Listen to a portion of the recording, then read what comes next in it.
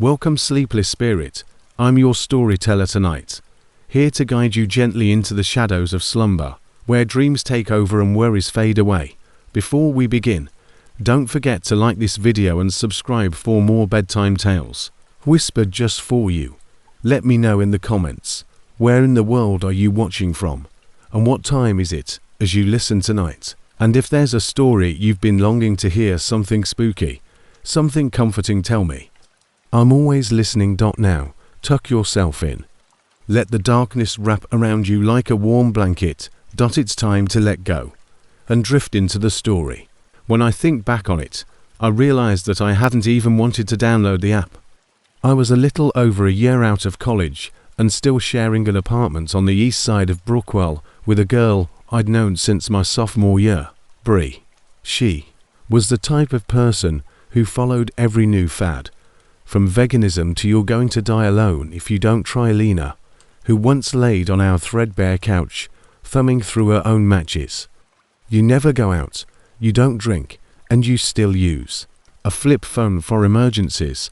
Other options include protein supplements, infrared saunas, and dating apps. I've always been careful. Some people call it paranoid, but my upbringing kind of wired me that way. I reminded her that I had gone on precisely 2 dates this year, and both were terrible, small talk-filled disasters. I also have a smartphone. By the time I was in my 20s, that caution had become more of a filter through which I viewed the entire world. I didn't just walk into situations. Instead, I evaluated and controlled the variables. I was raised by a single mother who had 2 locks on every window and never let me walk home alone. Online dating felt like the antithesis of control, but I didn't feel like I had many good options. So that evening I gave in, not to Tinder, which was a firm no, but to something a little more subdued.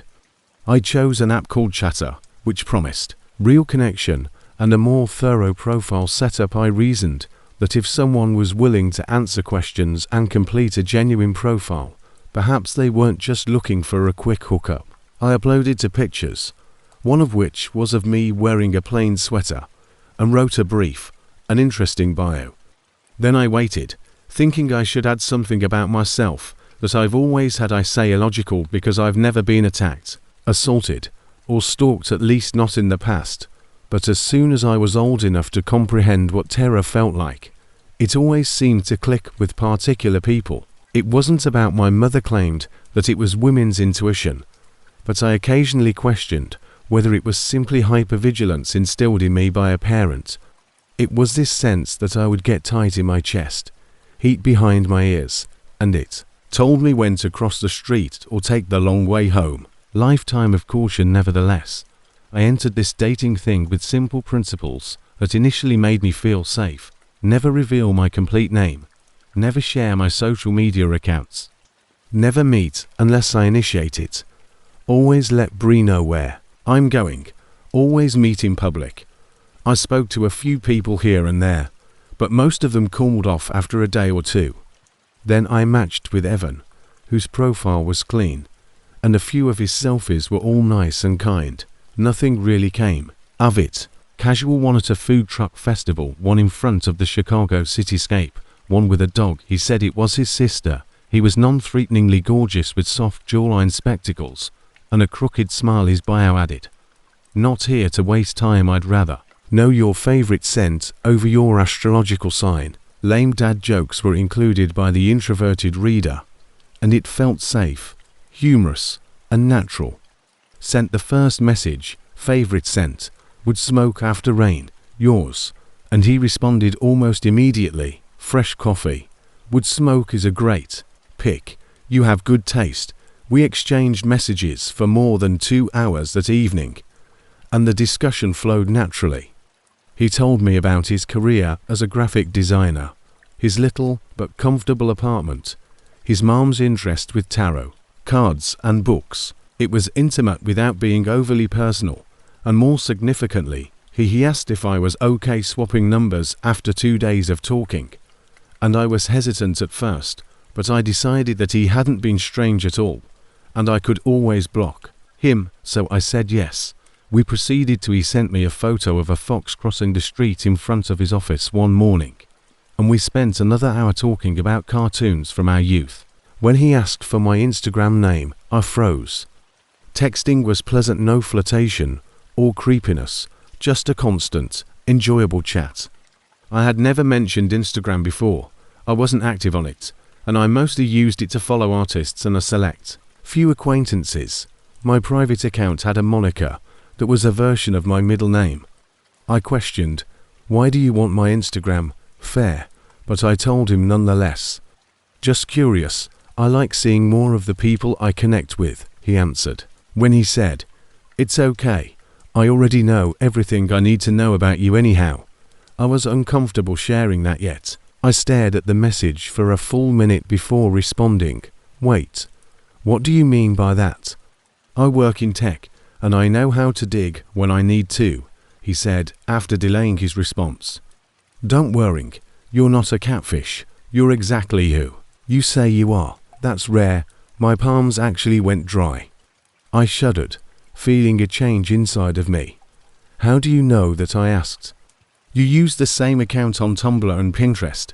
You took some guesses. Last week, you shared a picture at Brookwell Central Library. You also enjoy posting about adorable kittens wearing birthday hats." I felt like someone had been following me in plain sight, and the instinctive anxiety I'd had since I was a child came roaring to life when I told him what he was doing was intrusive. I hadn't informed him where I lived. I hadn't told him anything about those accounts, and I didn't even use those sites anymore. He responded with dozens of texts of "haha" in all caps, without using words, saying that it was creepy that he had crossed a significant boundary, then followed additional texts, including paragraphs about how women lie online, how he was simply making sure I was real, and how I should feel flattered that he'd taken the time to check. I stopped responding, and he didn't. That night, my phone buzzed constantly, and he sent over 100 messages, some of which were lengthy tirades, some of which were simply my name repeated, and some of which contained pictures of recent trips I had taken, evidently taken from my social media accounts. None of them were particularly menacing, but at 2:18 a.m., the loudness of them made me feel as though he was attempting to enter my skull and drown me in noise. The instant I realized I wasn't afraid of what he had said, but rather of what he may do, I told Bree the following morning and showed her everything. "I got this text. I'd never hurt you. You're special. I'm not like other guys. I just see you." Offered to contact the police, but what would I report? He hadn't physically visited my flat or threatened me. Instead, he had only discovered me online. I went to my mobile carrier and had his number blocked at the source, after which I erased it entirely. The worst part was how violated I felt. I cleaned my old Tumblr, locked down my Pinterest, changed my Instagram handle to something random, and deactivated it. Then, I waited 4 days and weeks, constantly checking my rearview mirror to see if I would see him outside my building. But he never did. I quit online dating entirely 4 years, since I felt as though someone had peeled back my skin and looked at the nerves underneath. I hadn't even been touched. He didn't need to break in or hack anything. He just exploited what was available. Appeared to flawless, and even today, when I am in line at the grocery store or enter a cafe, I wonder if someone in the crowd is staring at me and thinking I know everything about her because all it takes is her name. Take a quick picture. If there's anything to take away from this, it's that sometimes the nice guy with the crooked smile, the one who knows exactly what to say, is more dangerous than the stranger on the sidewalk behind you or the guy who's too drunk at the bar. In 2005, dating apps weren't truly apps yet. We didn't swipe right or receive algorithmic soulmate recommendations. Instead, there were websites like Match. It's already too late, and he's not in your rearview mirror. I was on Match primarily because it seemed like the serious one, not just hookups, not just weirdos, and I felt like I was 27. Calm harmony, plenty of fish, weird combination of real loneliness and social pressure. Most of my friends were getting married or starting their careers. I worked a quiet job in human resources for a medium-sized printing firm in Greensboro, North Carolina. My days were routine, and my nights were safe and tidy. I listed my favorite books, White Oleander: The Secret History, my strange obsession with watching old crime documentaries, and how I couldn't cook to save my life in my honest profile, which was quiet at night. He messaged me after I had been on the site for a while, for 3 weeks. His profile listed his name as Nathan, but that was most likely a deception. He had a single, well-lit photo with a strong jawline, short dark hair, and spectacles that made him appear to be a professor or software development. Looking back, I understood it was a stock image vibe, almost too beautiful, but I was not even lonely, so I messaged him back. Our conversations were slow at first, and he asked concerning my work, my favorite restaurants in Greensboro, and we made jokes about awful movies and awful office coffee. It was so ordinary and dull that I told myself he must be all right. So, I ignored the somewhat awkward language and the way he avoided using evasive answers, such as work keeps me busy, or I'm in between places right now. When asked about his personal life, he asked to meet in person after 2 weeks of talking, and I was hesitant, but arranged that we would meet at Maple and Birch, a hip gastropub that had opened the previous year close to downtown. I got there first, sat at the bar with my heart thumping in my ears while drinking cranberry vodka. He arrived 10 minutes late, and the second I saw him enter, the man who came up to me was thinner, had thinning hair, and a pointed nose that curved slightly to the left. He seemed pale and worried, and he kept blinking as if the lights were too harsh. His shirt was wrinkled, and his shoes appeared to have been purchased from a discount store. But more startling to me than anything was the fact that he made no attempt to explain the difference. "Hey, you must be Lena," he said, slipping into the seat next to me, as if we were old friends. "Yeah," I said hesitantly. I took a long sip of my drink and told myself that I could always go after one round, but he kept the drinks coming every time I got there. "You're Nathan," he smiled. "Of course, you're even prettier than your images." Halfway through my cocktail, he ordered another. He persuaded the waiter to give us shots of some repulsive cinnamon liquor, which I could not control. He laughed too loudly and leaned too close. I realized I was much too inebriated between the 4th and 5th drink. "Hey," I muttered. "I think I'm done for the evening," I said, pushing my glass away. He volunteered to bring me to my car. I informed him that I had paid the bill in cash with no receipt, card, or trace, hailed a cab, and he offered to take me home. I should have refused, but I was dizzy and he persisted, so I gave in. It took 8 minutes to get to my duplex, and during that time, we had a calm discussion as I observed the yellow lines blur past and concentrated on not puking. When he arrived at my house, he turned to me and smiled, saying, "So you want to play around a bit before you head in?" My skin went cold. "Let me out," I whispered in a low voice. "Come on," he replied, laughing and bending closer. "Don't tell me you're backing out now. You've been flirting with me 4 weeks. He had a sweaty, cheap stench.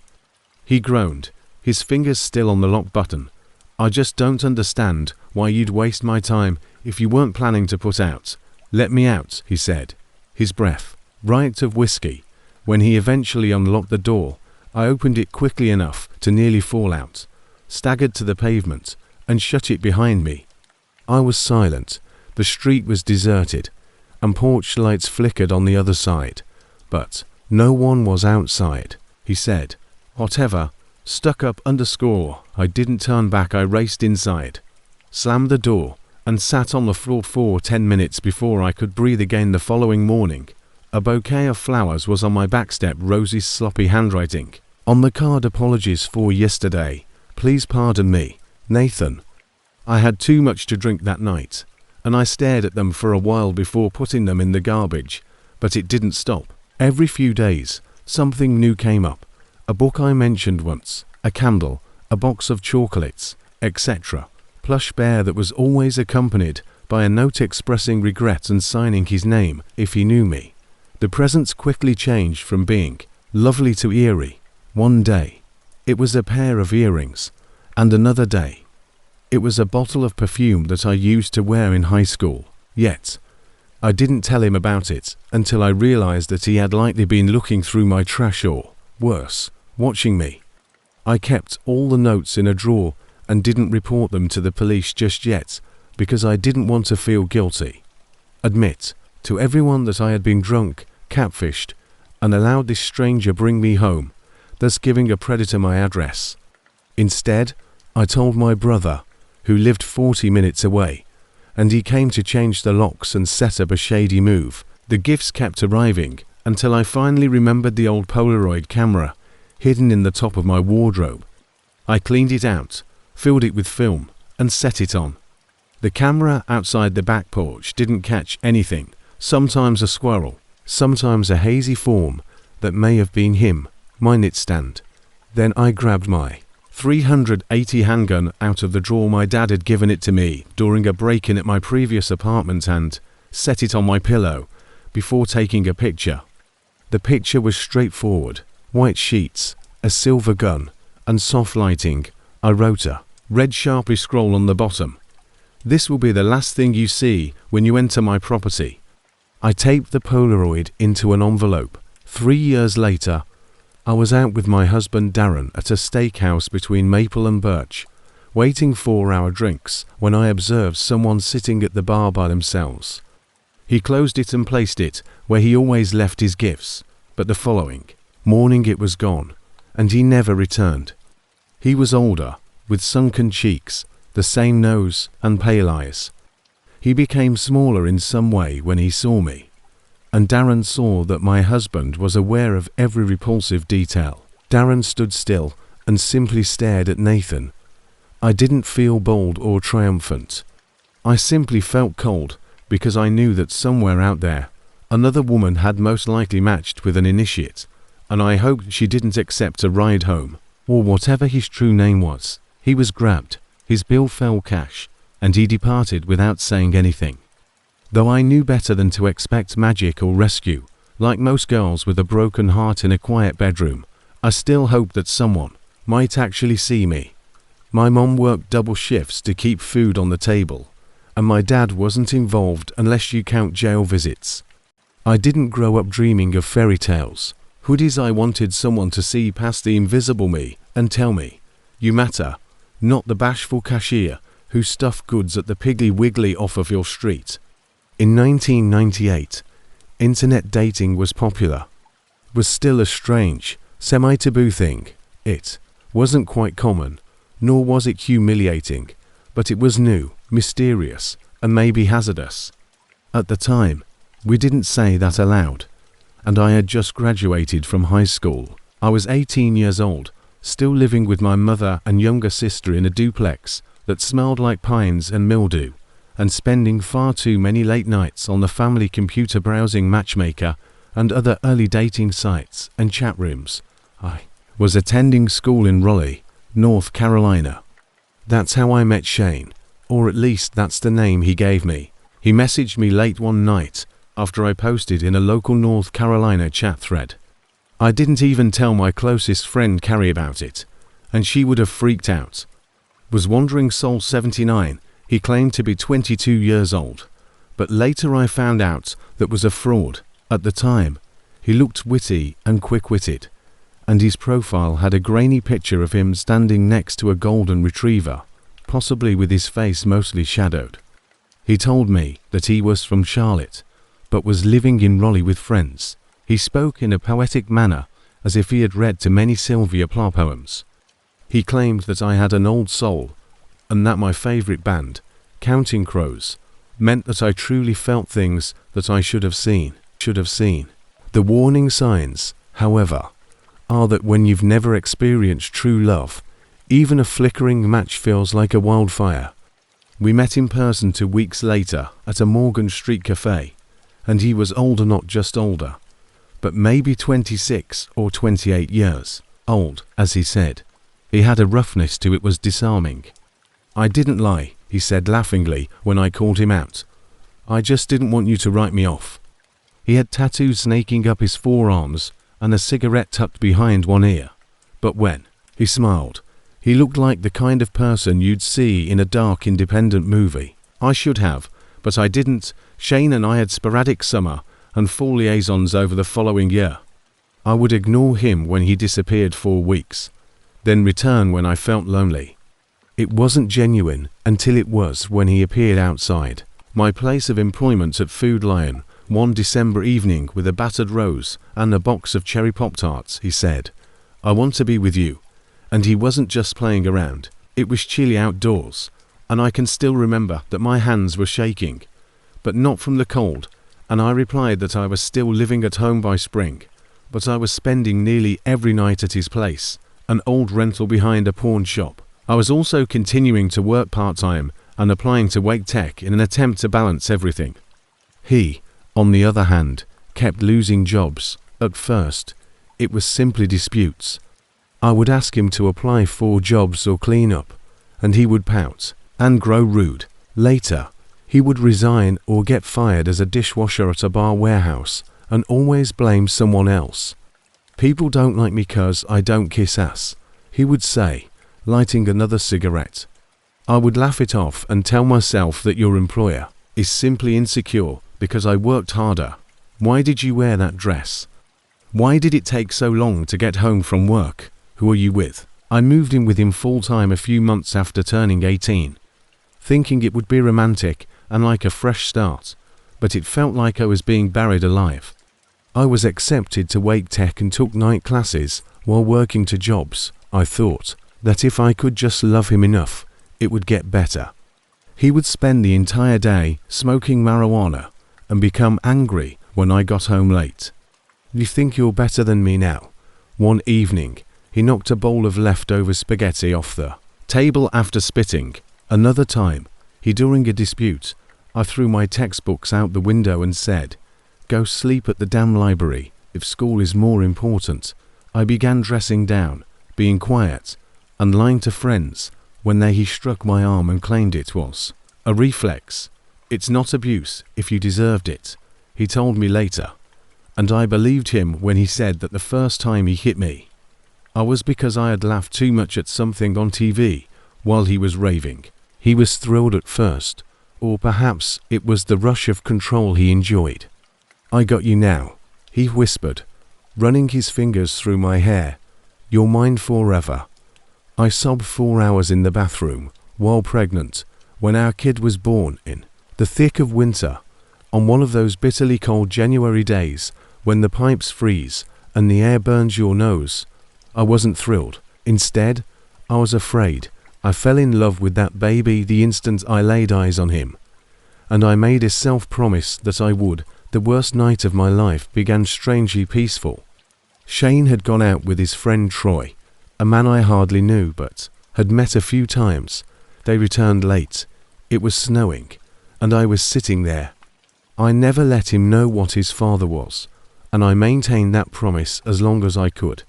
I'm rocking the baby in the living room while watching a reruns on mute. Shane strolled in either drunk or high, judging by the way his eyes didn't concentrate and the way he smiled at nothing. "House smells like underscore," he murmured. "I just changed the baby." And I responded softly. He interrupted me with a laugh, possibly over the diaper bag, but it wasn't a humorous one. It was a cruel one. He used it before fights, and I froze. "You always have a reason," he said, advancing closer. "Always got some underscore excuse." His companion Troy stood awkwardly. He appeared uncomfortable near the door, clutching a beer. I scooped up the baby and held him close until Shane lost it. He yelled something I can't even recall now, about how I had destroyed his life. Then he surged, and I tried to go, but I was blocked. I gave the baby, my lovely baby boy, to Troy and muttered, "Just make sure he's safe." Then I spun around and received the first hit. He slammed me after yanking my hair so violently that I heard strands rip from my scalp, kicked me in the ribs against the wall, and I collapsed to the ground, gasping and tasting blood. I crawled toward the landline in the living room, and somehow I managed to grasp it and dial 911 before he tore it away, slamming the phone into my lip exploded, and he choked me until the room turned black and silver. "I'm going to kill you," he muttered, because this time I meant it. I believed him, but then I heard the police pounding and knocking. Troy must have left the front door unlocked, because I heard it open while I was dizzy and barely conscious. Shane tried to lie and told the officers that everything was fine, saying the baby was just crying. Then I staggered into view, revealing a bloodied barefoot, split lip and swollen eye. I will never forget the officer's face. Grabbed Shane and threw him into the porch railing. The rest happened quickly. Police, ambulance, flashbulbs and pictures. A doctor informed me that I had a hairline fracture in my cheek and a puncture hole in my lip. He said I was fortunate that Shane called from jail the following day, saying exactly, "Why did you do this?" Not "I'm sorry, are you okay?" Just blame, just venom. He was sentenced to 26 days in county jail. One officer informed me that I was the worst beating victim he had seen, and he was still breathing. Before they could bring him in, he fled to Georgia and served 0 months later. He located me again, left notes on my windshield, and appeared outside my new apartment. I didn't break it, but I wouldn't go back. Eventually, he went on, and I wish the next girl, Rebecca, wasn't so fortunate. I didn't know her personally, but I saw the article about how he beat her, strangled her, and left her dead in a rented trailer in Moan. He was eventually arrested and given a life sentence. The paper's photo featured the same man who had kissed my forehead, gave me Pop-Tarts and said he loved me, but his eyes were empty. He had always said he wouldn't feel anything if he murdered me, and he meant it. I barely made it through. Thank God, my son is older now and doesn't remember the early days. Some nights I still wake up gasping and can still hear the phone shattering against my face, but overall, I'm married to a nice man who doesn't flinch when I raise my voice and who never ever makes me feel tiny. I can still feel his hands around my throat. The problem with trauma is that it doesn't go away.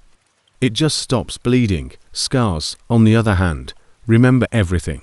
I never used dating apps much because I'd heard enough terrifying tales from friends to warn me about it, and I was a little archaic. I preferred in-person interactions with people other than those conducted through glowing screens. However, in 2013, the pressure was growing, and my best friend Nina was seeing someone she had met on Plenty of Fish. Another friend had recently gotten engaged to a guy she met on Oxid. Everyone made it seem like the simplest thing ever. So one wet Wednesday night, fed up with being the third wheel at game nights and eating dinner by myself, I downloaded a new app called Zob that was just starting to gain popularity in our community. It was a minimalist purple app, and white, with a swipe feature similar to Tinder, but without the shady reputation. It promoted genuine connections for genuine people, so I thought I'd just browse and maybe talk to someone to show that I was trying. That's when I found her. Her name was Carrera, and she had a soft smile and blonde, green eyes. Nothing fancy, just a plain girl next door. According to her profile, she worked as a receptionist at a downtown dental clinic, loved independent movies, didn't like tattoos, and favored peaceful evenings at home over parties. No bikini, no party, no party. We spoke for approximately 3 days, and throughout that time, Cara appeared safe. Her conversations were courteous, but occasionally awkward. She frequently used emoticons and typed LOL, but she asked sincere questions and never used filters. Lead the conversation in an odd direction, which was enough to make her stand out. On Saturday, we decided to meet at The Landing, a neighborhood restaurant in Raleigh that was one of those mid-tier Americana establishments with a vintage airplane suspended from the ceiling and fake. I had only been to leather booths once. It was unpretentious, but neutral, well lit, and had good food. I arrived a few minutes early, dressed in my go-to-date night compromise of a button-down shirt, jeans, and clean shoes. Nerves weren't anything I expected, but I could feel them. Perhaps it was almost too good to be true, because Kara had been so unremarkable online. When she finally showed up, she was dressed in a pale blue dress and flat shoes, with her hair pulled back in a simple braid, and no makeup other than maybe a little mascara. She looked almost just like her photos, but in person they are more delicate, like a porcelain figure that could topple over in a windstorm. "Hi David," she said, waving a little. "Yeah, Carrera," I said, standing to greet her. She nodded, then walked directly into the booth and slid in next to me, not across from me. That wasn't normal, wasn't a crime either, but first dates typically began in person. I paused for a moment before sitting next to her. She had a faintly medicinal scent and smelled like rose water. "Sorry," she said, laughing quietly. "I always feel uncomfortable sitting across from people, like I'm in an interview or something." I laughed, not knowing what else to say. "No worries." We began with the customary small talk about our upbringing, favorite music, and recent films. She didn't even touch her menu. I thought it was an accident when I felt her hand brush against mine on the booth seat during our chat. But then her fingers purposefully slid into my palm. I stopped, my eyes still on the menu, but now utterly preoccupied with she holding my hand. I turned slightly to meet her gaze, and she grinned warmly, without being provocative, almost innocently. "Your hands are huge," she murmured, tugging my palm a little. "My palm feels so small in comparison to them." Gently, "Yes, I suppose I have large hands." She interlocked our fingers without asking, and that's when I realized something wasn't right, but I didn't back down. I told myself she was just strange, too loving, and possibly a little awkward around people. Then when the waitress arrived, I attempted to carefully remove my hand to grasp the menu, but Kara refused to let go. She placed an order for water, and I requested a Coke. The server looked at our clasp hands, then gave me an odd smile before leaving. "Would you mind giving me a little squeeze?" Kara asked once we were alone. "What?" "Squeeze it tight. Just a little," she giggled. "Just like, you mean it, but not too difficult." "A little more," she said, and I played along, slowly tightening my hold. She put her head on my shoulder and sighed like if we had been dating 4 months. "That feels nice," she whispered. "It's like you're grounding me. I feel so safe." When the meal arrived, I ordered a simple order of chicken tenders and a grilled cheese for her. She was still holding on. We attempted to clumsily eat with our free hands, but I was unable to use my knife, so I tore pieces with my fork. She repeated, "Squeeze me like tighter, like you want to crush my hand." My fork paused midair, what I asked not to do. Even though I was trying to mask my surprise, Kara's eyes brightened up just once. I've often wondered how much pressure it would take to break the bones in a hand, so I smiled awkwardly. "Are you serious?" She leaned in. "Kara, it's not funny. It's just a game. Try it till I say. Come on, what's the worst that could happen?" I slowly drew my hand back, but her grip was surprisingly powerful for someone so small. Occur now. People were undoubtedly observing us. I felt a burning blush of humiliation creep up my neck as one of the women at the booth across the aisle gazed in open bewilderment, pulled my hand away. Carrera was upset, as if I had just informed her that a pet had passed away. "Oh," she whispered quietly. "Did I do something wrong?" "I believe," I said softly, "I believe we may have distinct concepts regarding the appearance of a first date. It was just a joke. I thought you'd get it. You seemed like fun online." "I'm not trying to be rude," she added, staring blankly at the table. Reaching for my wallet, she whispered, "Don't go. I think I'm going to go." Her tone changed from playful to pleading. "I swear, I'm normal. I just get overwhelmed." I put the money on the table and got up. "You don't know what you're walking away from," she remarked abruptly, and I turned to see that her expression had gone from being soft or sad to being cold and calculating. That statement stayed with me, so I didn't respond and instead left the restaurant. I went directly to my car and drove home in silence. I immediately erased Zob from my account, not just mismatched her, but also nuked the entire thing. She never called, texted, or came up at my door. But 4 years after that, I couldn't stop thinking about her.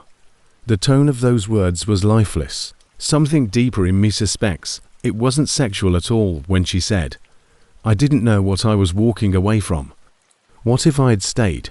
What was she really looking for? Part of me questions whether that was her fetish, pain submission pushing, boundaries. My friend Sarah, a psychology graduate student at the time, said it sounded like erotomania, a delusional disorder in which a person believes another person is in love with them, usually someone they just met or barely know. However, even that didn't sit right, and Kara didn't like it.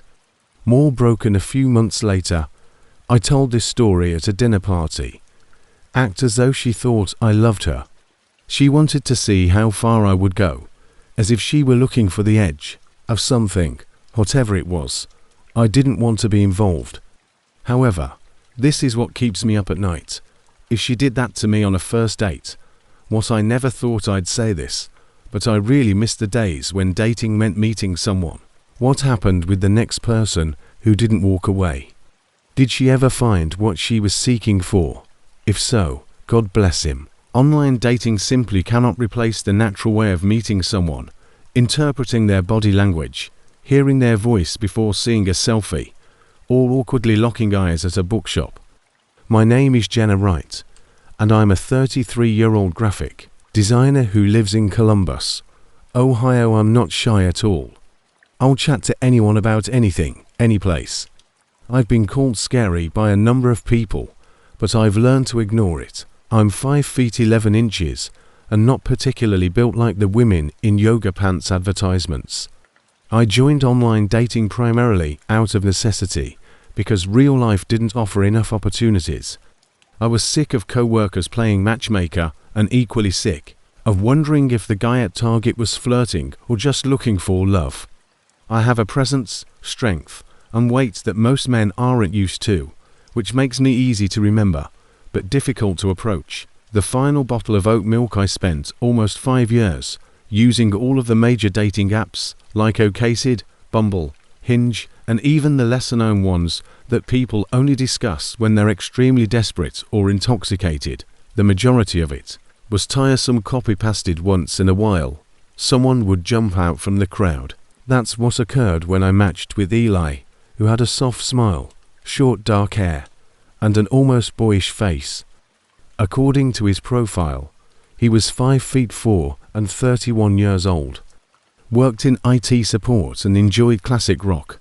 I wasn't usually attracted to taller, older men, but he messaged first and was surprisingly funny, witty, modest, and most importantly, respectful. We spoke for nearly 2 weeks before we made plans, and the first warning sign appeared when he made a joke that made me chuckle at first.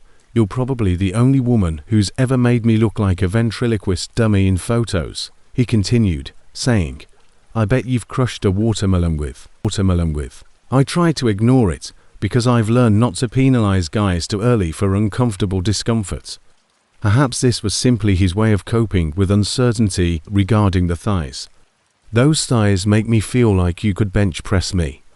You're practically Wonder Woman, right? Height disparity nevertheless. When we finally met at Riley's, a downtown bar, I was cautiously optimistic, but a little nervous.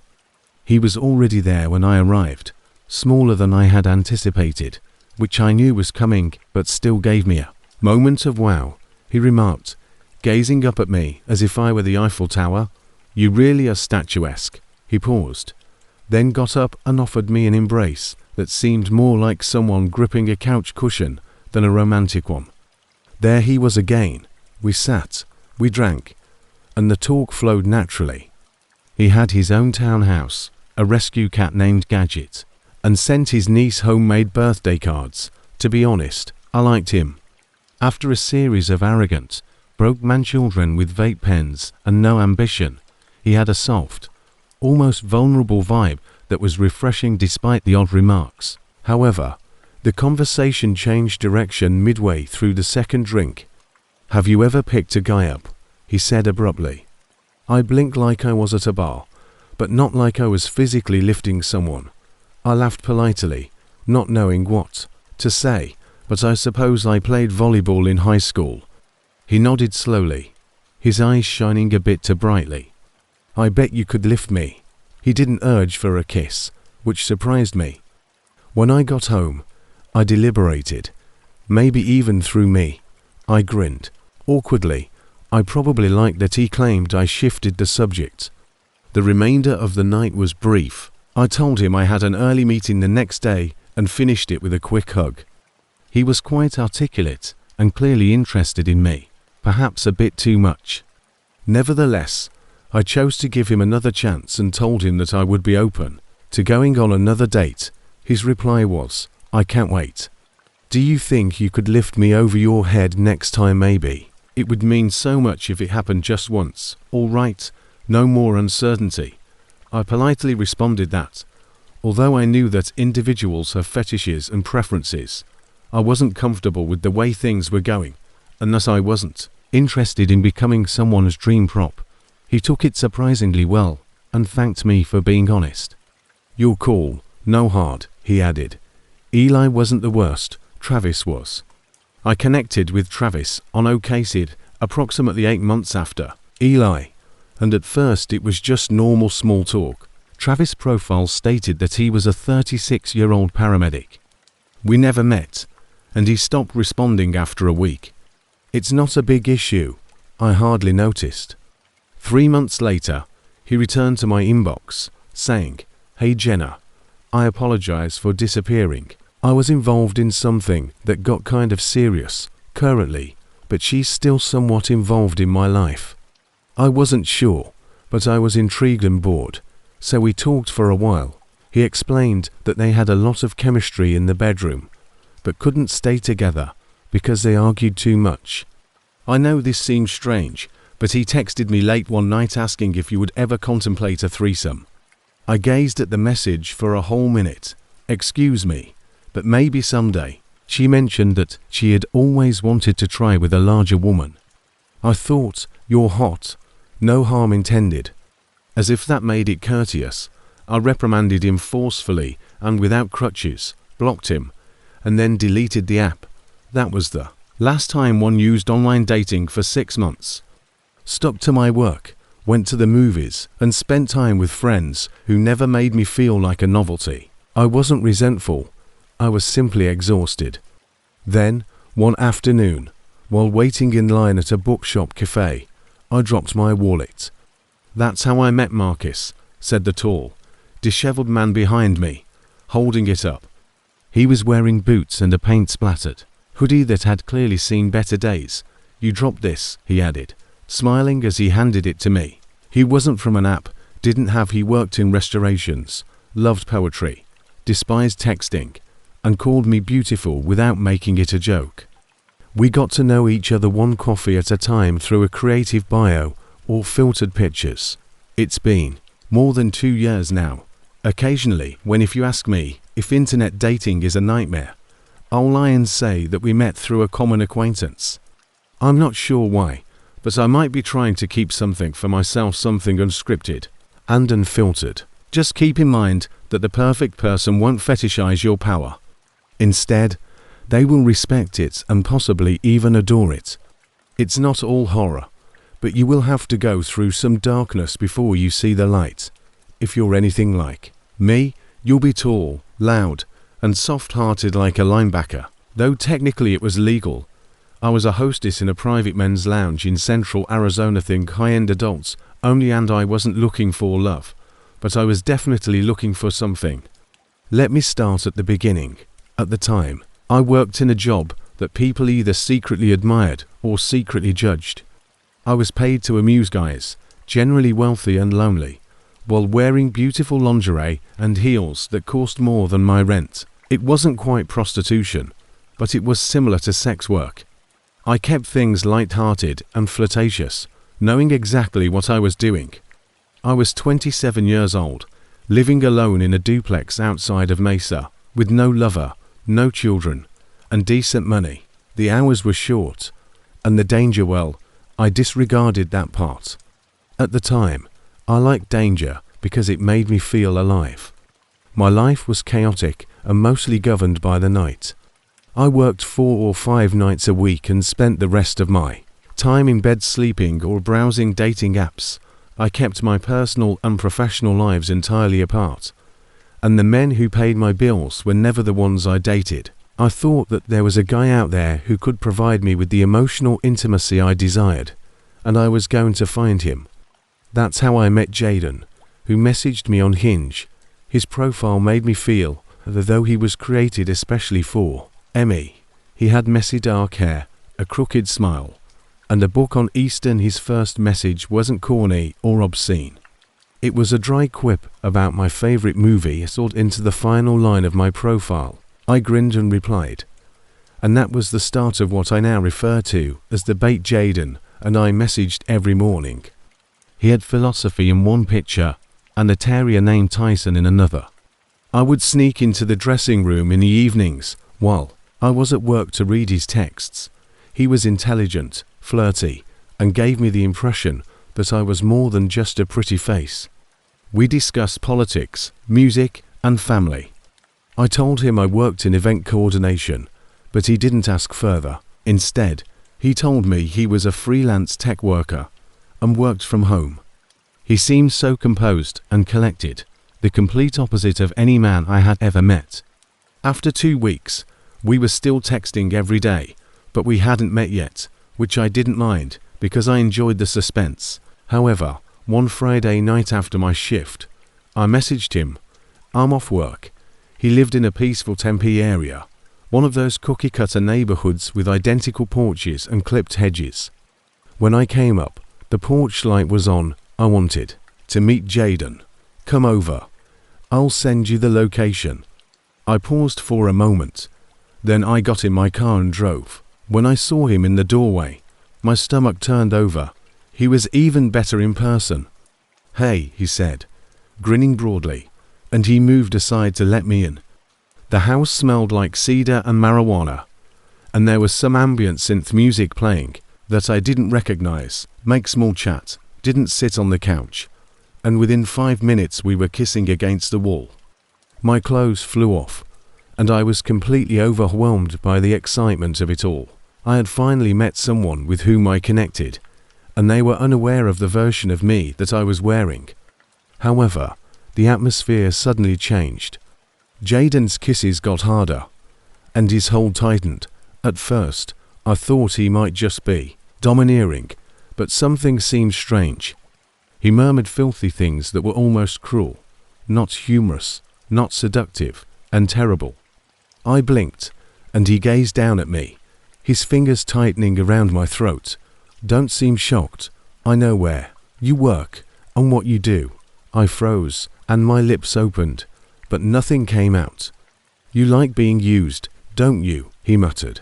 The lounge's layout, my shift manager's name, and even a detail about a tattoo I generally kept buried were all things that kept coming up in my head.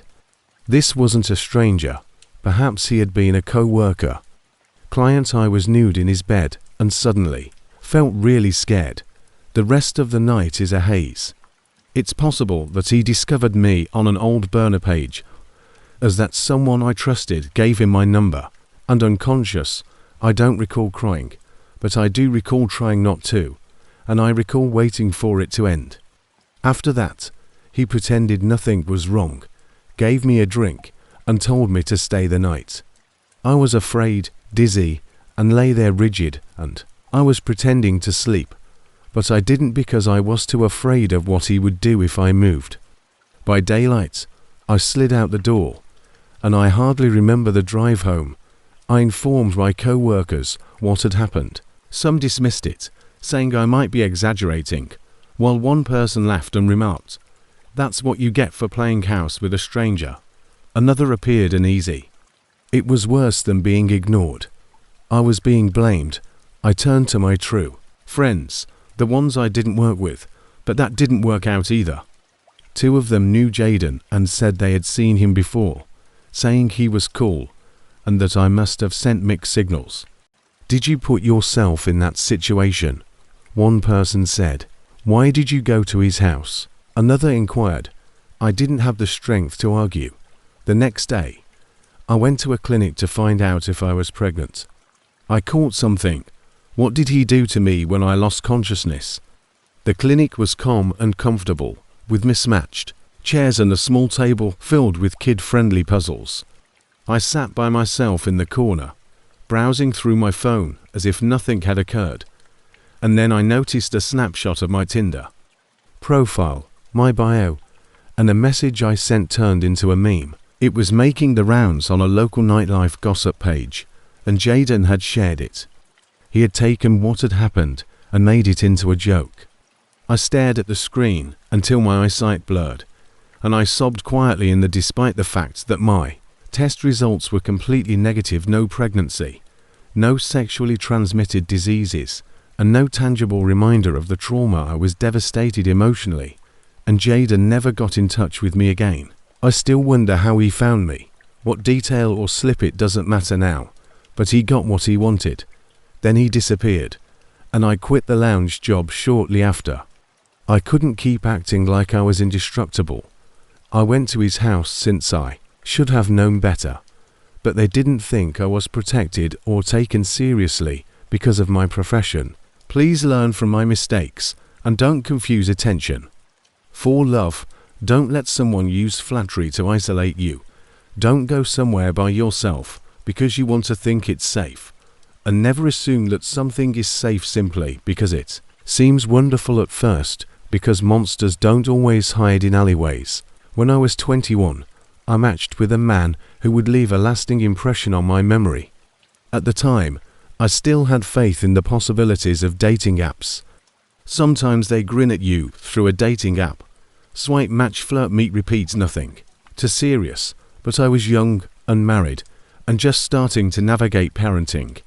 My daughter was only a year old, and everything seemed like a huge reset button that I didn't know how to click.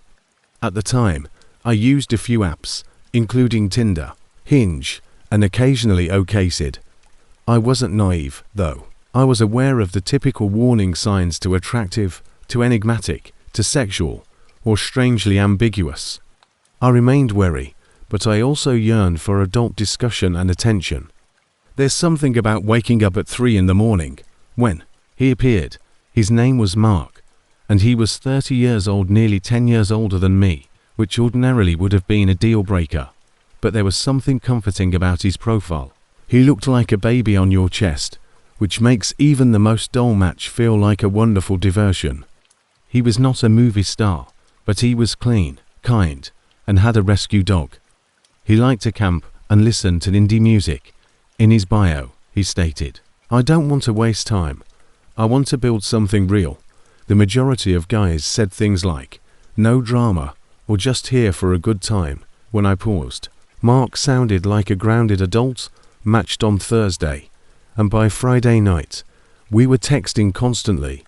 It's difficult to explain how quickly things happened because, at the time, it felt natural and effortless. He asked me all the appropriate questions about my daughter, my goals, and the type of music I played around the home.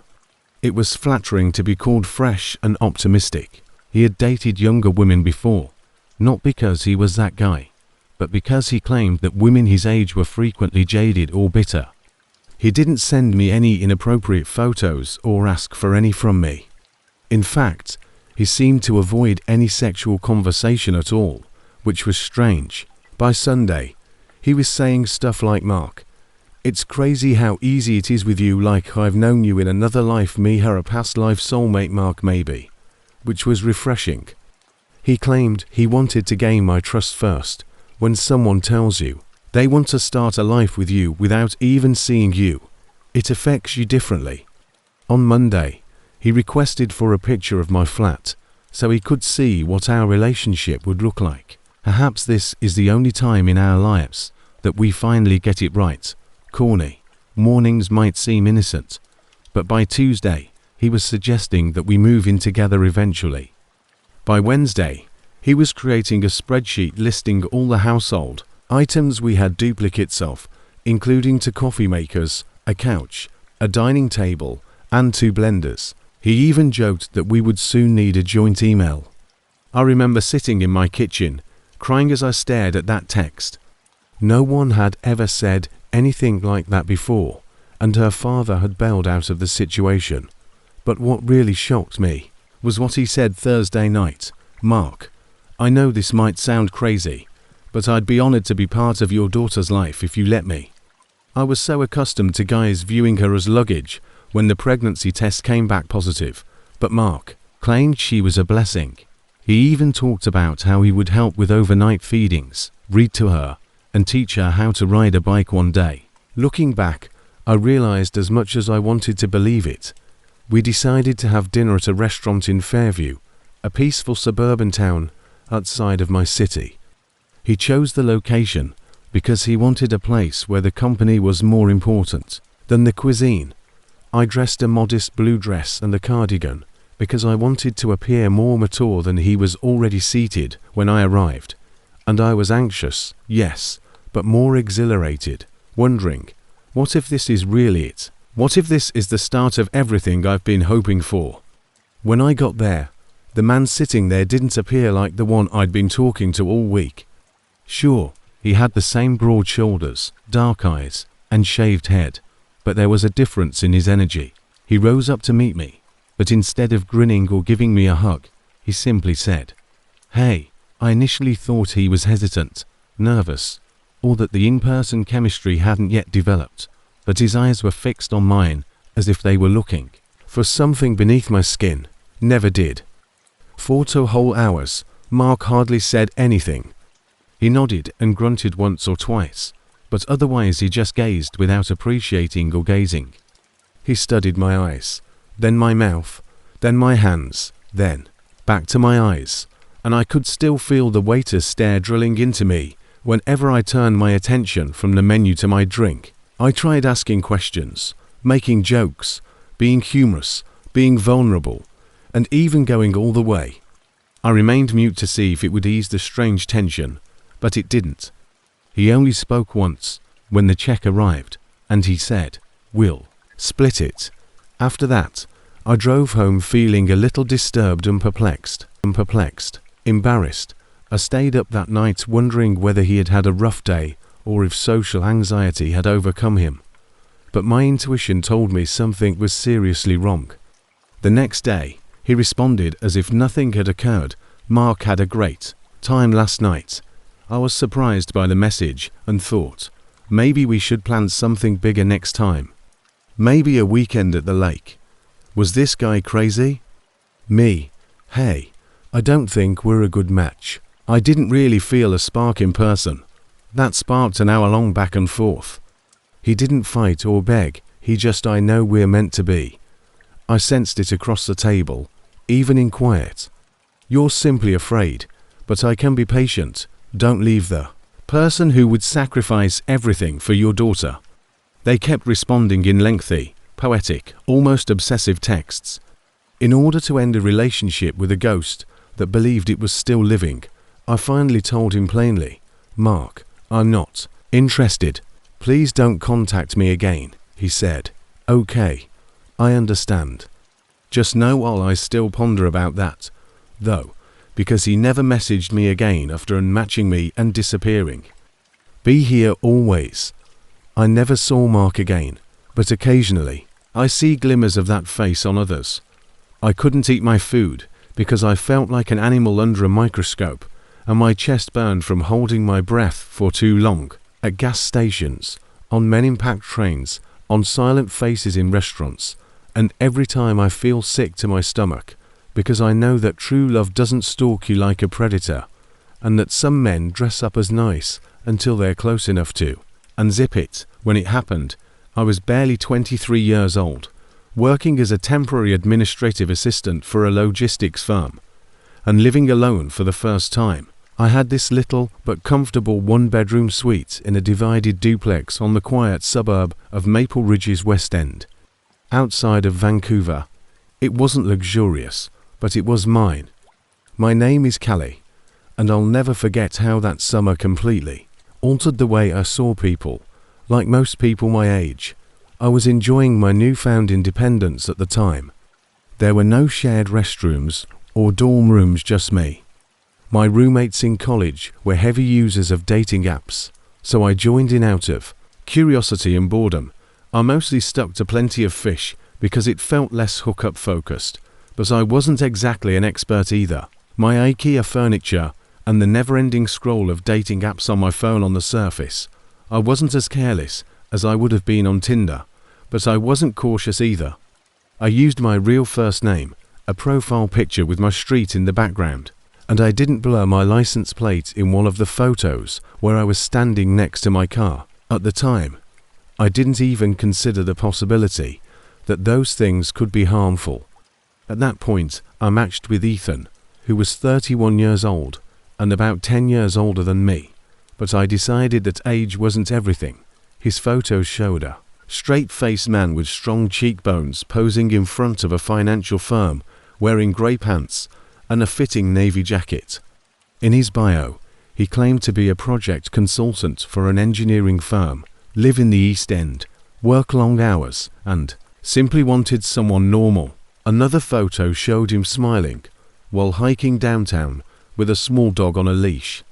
He had nice teeth, short brown hair, and light eyes that were somewhere between hazel and green.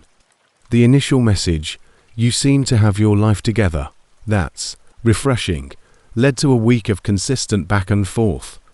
He wasn't strange or pushy, and he inquired about my work, education, and even my art portfolio. When I said that I used to sketch, he noted little details like that he was funny, just the right amount of sarcastic and kind, and I found myself smiling on the 5th day when his name appeared in one of my photos. He asked if I wanted to go out to dinner, and I said yes. Is your favorite tea, or are you more of a coffee purist? He was waiting outside in a charcoal coat when I arrived, and he grinned when he saw me and held the door open. I'll admit that he chose a peaceful Mediterranean spot close to the harbour in downtown Vancouver, which was about 45 minutes away from my house, but I didn't mind. Appeared even more stunning in person, not in a movie star manner, but well-groomed. The dinner went well, and we had a conversation that flowed effortlessly as we discussed travel, literature, and our most embarrassing experiences. He chuckled when I told him that I had once run at a friend's barbecue. He told me he once entered the wrong Zoom meeting, mistaking it for a client call, and presented a comprehensive financial plan to a group of teachers. At the end of the evening, he gave me a gentle but firm hug and said, "This was really nice, Callie. Let's not wait too long." I drove off into the city night, grinning and saying I'd email him when I got home, but something didn't feel right. I wished I could do it again. After 2 turns, I saw a car behind me. At first, I didn't give it much thought because traffic in downtown Vancouver is so bad, but after 20 minutes of navigating freeways, he was still behind me when I momentarily took an exit and looped around.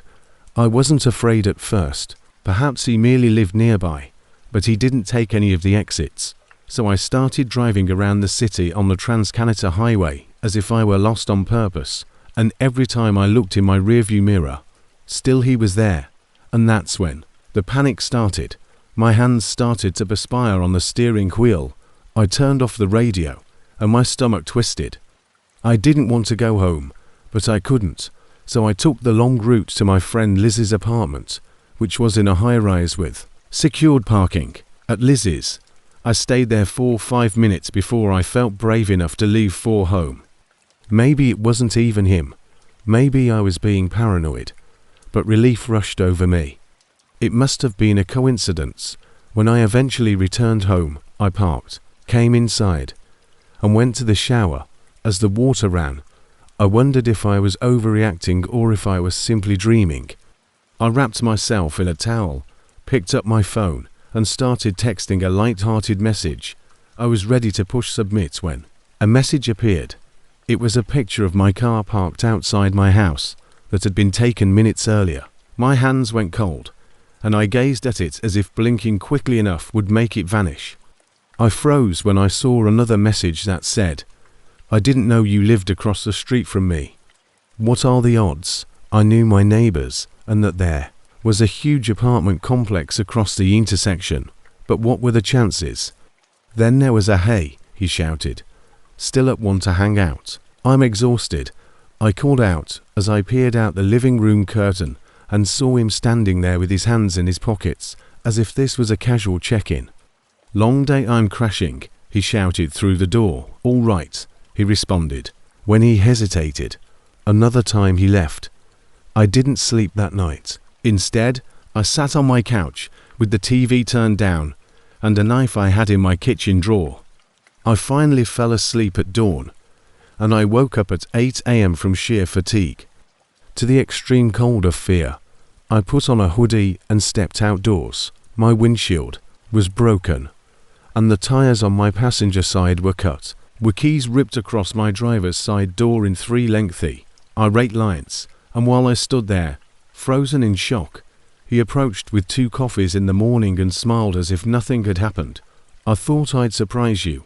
I took the coffee to avoid argument, "but I can't go to work with my car like this." "I'll drive you," he offered, grinning as if this were a romantic comedy. I remembered you loved oat milk, and my mouth got dry. My body was screaming for me to run. "Thank you," managed a faint smile, saying, "No, it's okay. I've already called in the police." "They're coming." His smile dimmed a little, and he waited for 2 hours, leaning against his car as if he lived there, before leaving when the police arrived. As they were ready to depart, one of the officers remarked, "Hopefully you've got full coverage. Change your locks if you can. Block him. Don't engage." He was cowering behind his own car like a kid caught stealing. So I submitted the complaint and gave them all the details.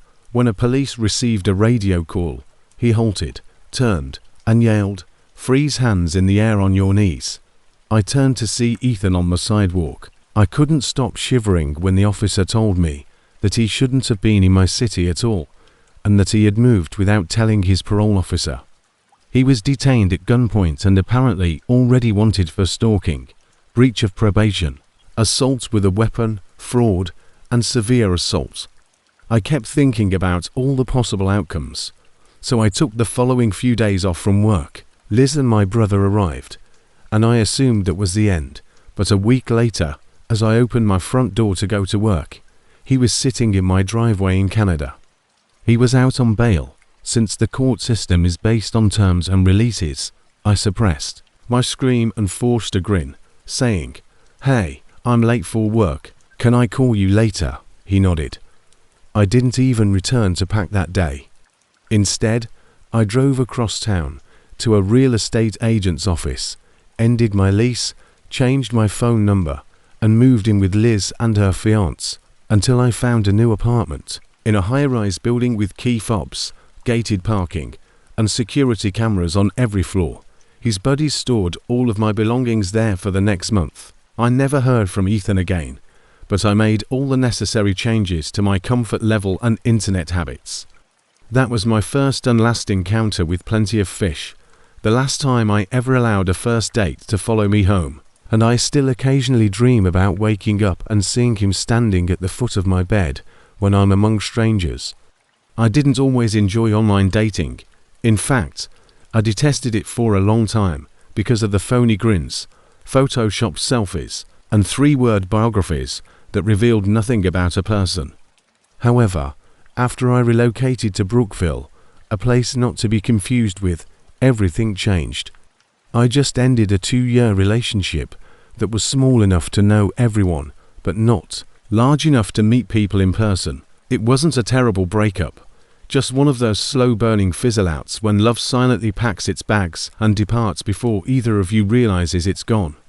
I gave in and re-downloaded Tinder for fun after working late for a few months, returning home to an empty apartment and browsing through other people's relationships on Instagram. However, I convinced myself that's how it always begins, so it wasn't long until I got back into I matched with a lot of people, most of whom I never spoke to beyond a few opening lines, and eventually I deleted Tinder completely because of the habit of updating my bio, changing my location when I traveled, and adding a new photo every few weeks. When I first saw her, Her username was Collie Zhong, and she had bright auburn hair.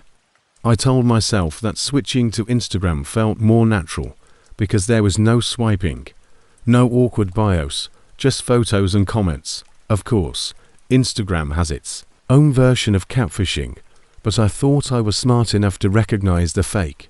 She had big lips, hair, and a classic pin-up look that was not overdone, but distinctive enough to make her stick out.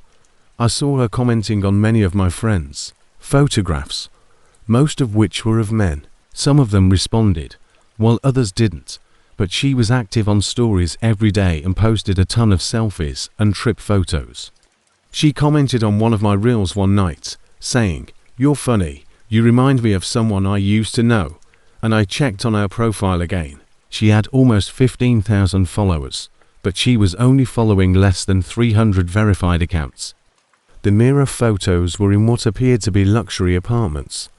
But everything was genuine, no watermarked photos, no evident filters, no dubious links in the bio, just a stunning woman who seemed to find me humorous, so I DM'd her. I didn't have high expectations, but she replied, "You have jokes too," or just I remember smiling at my phone while we messaged for nearly 3 hours. "Congratulations," she answered in less than an hour. "Callie, a little of both depends, if you can keep up." She was witty, said she worked in public relations, that she grew up in New York but moved to the South for a slower life, and that she loved cooking and missed city food. She also said she hated that people thought she was fake just because she was attractive. Over the next 2 weeks, we spoke every morning and took voice notes. That night, it felt natural.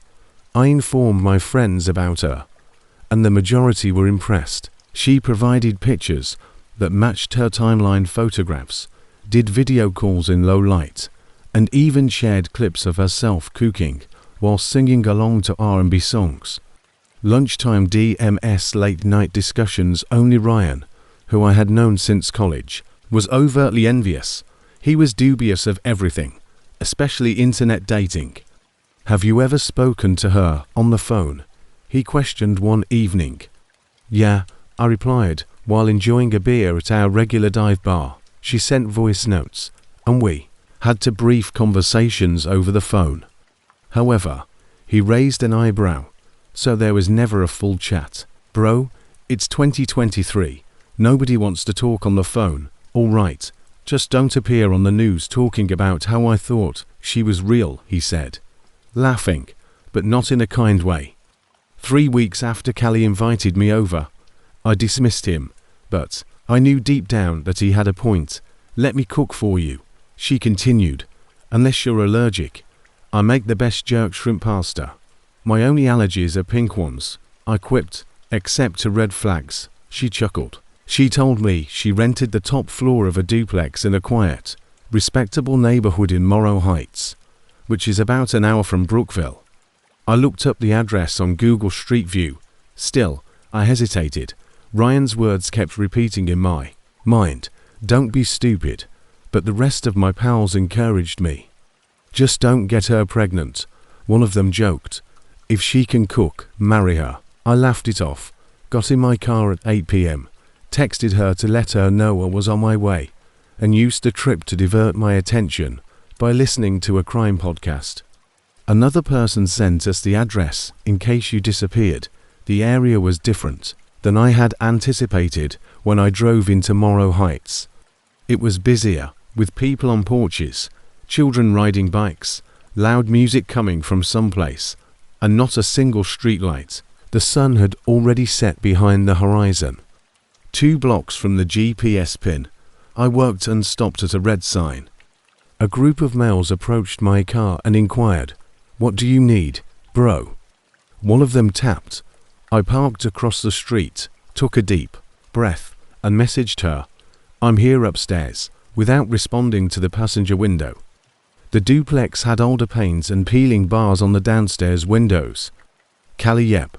The doors opened, and I up the short flight of stairs, my pulse pounding more rapidly with each one. Voices could be heard nearby, and people outside were laughing and swearing. I knocked once, and almost instantly the door cracked open. But it wasn't Collier instead. A bald white man with patchy beard tattoos crawling up he appeared as like he hadn't slept in days, with a tank top and cargo shorts around his neck, and on his scalp. "Is Callie here?" He smirked and said, "Yeah, come in." My instincts screamed no. However, I took a step inside. The living room was tiny, dim, and covered in mildew and a pointy object. Dust clung to the TV, and the furniture was ancient, like cheese left out too long. Screen like static, a coffee table, ashtray spilled. "She be leaving soon."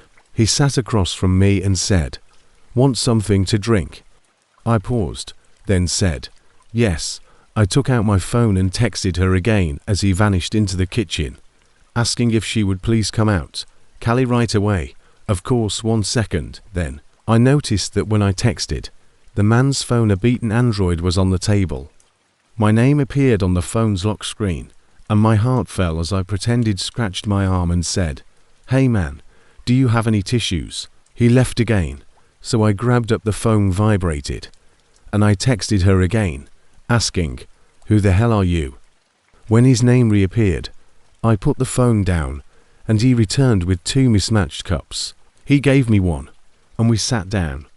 The TV was on, but muted for a brief period of time before the phone vibrated once more. Examined it. I examined it, and then we examined one another. He rose gradually. "You must have worked it out, because I stood, too. I'm going now." He lunged quickly to try to take my arm, but I swung around and grabbed him when he stumbled and fell onto the coffee table. I hurried down the stairs without waiting. I parked my car in the street, locked the doors, and drove away till I noticed a parked gas station with lights on and phoned the police, who arrived to find the man lying on the ground, groaning and in a trance. There was no collie and no indication that a lady had ever lived there. I had dozens of messages from different people, or on broken phone, images taken from a Canadian influencer's public account, and memos forged using audio applications. I was one of many. I was lucky, the officer added, because several guys had already been led in and lost money. I came away with a bruise after losing my phone, wallet, and even was jumped by 2 or 3 persons who were hidden in the adjacent room. Knuckle and a damaged sense of trust. I stopped using Instagram to meet women and temporarily removed the app. Began dating again in the traditional manner. It was slow and awkward in person, but every occasionally I notice a fresh comment beneath one of my friend's photos. The same style, same flirtatious tone, and I wonder if he's waiting and baiting the bait once more, because the man might not punch back the next time. A cramped, dimly lit living room, soaked in the yellow haze of a flickering overhead light. The space is claustrophobic, stained walls, a sagging couch, dust-heavy blinds that bleed in a thin stream of red from a neon sign outside. Cigarette. Smoke curls up near the ceiling. Though no cigarette is currently lit, the woman, visibly tense, is perched on the edge of a tattered couch. Her posture is halfway between seated and standing. Her fingers are clenched into the cushion fabric, knuckles white, as though anchoring herself from bolting. Her eyes stay locked on the man across from her, who now stands silently near the hallway entrance. His face is unreadable, emotionless, yet everything about his stance radiates rawness still. Alert, calculating. On the coffee table sits a battered Android phone. The screen lights up again. Her name shows up in a notification bubble. "Who the hell are you?" Her expression shifts instantly from guarded concern to quiet horror. She's seen her own text, one she just sent to Callie. The realization spreads across her face like a slow chill creeping up the spine. It wasn't Callie messaging her. It never was. The wallpaper on his phone, partially visible, is a photo she'd seen on Callie's Instagram, a mirror, selfie in a luxe apartment. But here, this filthy room, the mildew stink, the stained ceiling tiles ... This place doesn't belong to her. It never did. That apartment. Stolen. Fake. Suddenly, a low creak from the hallway.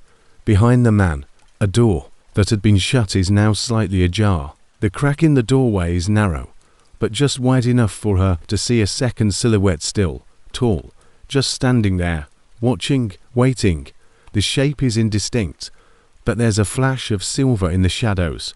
A metal object, maybe a crowbar or a kitchen knife, reflects the muted television light. The outline doesn't move. It doesn't have to. Its presence says enough. This was never going to be a simple hangout. The man notices her eyes drifting and turns slightly, just enough to block her view of the hallway. "You okay?" he asks. Tone flat. She swallows hard. Her voice catches. "Yeah, I just need to use the bathroom real quick. Do you have a tissue or something?" He smirks again. Slower this time. "Yeah, be right back." He disappears into the back, beyond the shadowed door. As soon as he's out of sight, she moves, fast, quiet. Her hands tremble as she reaches for the phone on the table. It's unlocked. She opens the messaging app. Dozens of names, all women. Some chats show explicit photos. Others have conversations eerily similar to hers. The most recent entries say things like, "You remind me of someone I used to know. You have jokes too, or just that face. Let me cook for you. Come upstairs." Doors open. Her hands start to shake. One name is marked with a red. The chat bubble says, "Where are you?" "I'm inside. But you're not here." The timestamp, 3 days ago. She puts the phone back exactly as she found it, praying he didn't notice the app change. Her heartbeat is deafening. Now, she reaches into her bag, grabs her keys, clutching them like a weapon. She's halfway to the door when the hallway creaks. He's back. In one hand, a dirty cup. In the other, a paper towel. "Found some," he says, smiling. His teeth look yellow in the bad light.